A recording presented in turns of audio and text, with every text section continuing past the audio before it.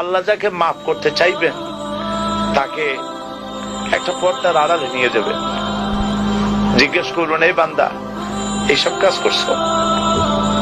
এখন আল্লাহ জিজ্ঞেস করতেছেন, সে তো ভয়তে অস্থির হয়ে যাবে, কেন্দ্রে পাগল হয়ে যাবে, আল্লাহ করে ফেলছি, আবার মাফ করে দাও।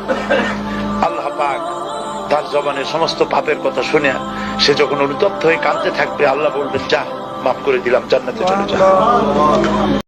এক হাদিসে রাসূল করিম সাল্লাল্লাহু তাআলা আলাইহি সাল্লাম বলেন, জান্নাতীরা যখন জান্নাতে যাবে তো একজন জান্নাতি তার নিজের জান্নাতে আরাম করবে, তো সে হঠাৎ করে দেখবে তার উপরের জান্নাতে যে জান্নাতি আরামরত, উপরের জান্নাতি যখন তার আরামের খাটে যখন পার্শ্ব পরিবর্তন করে, কোরট বদলায়, তখন তার খাট থেকে এত সুন্দর মধুময় আওয়াজ বের হয় যেটা এই জান্নাতির খাটে নাই।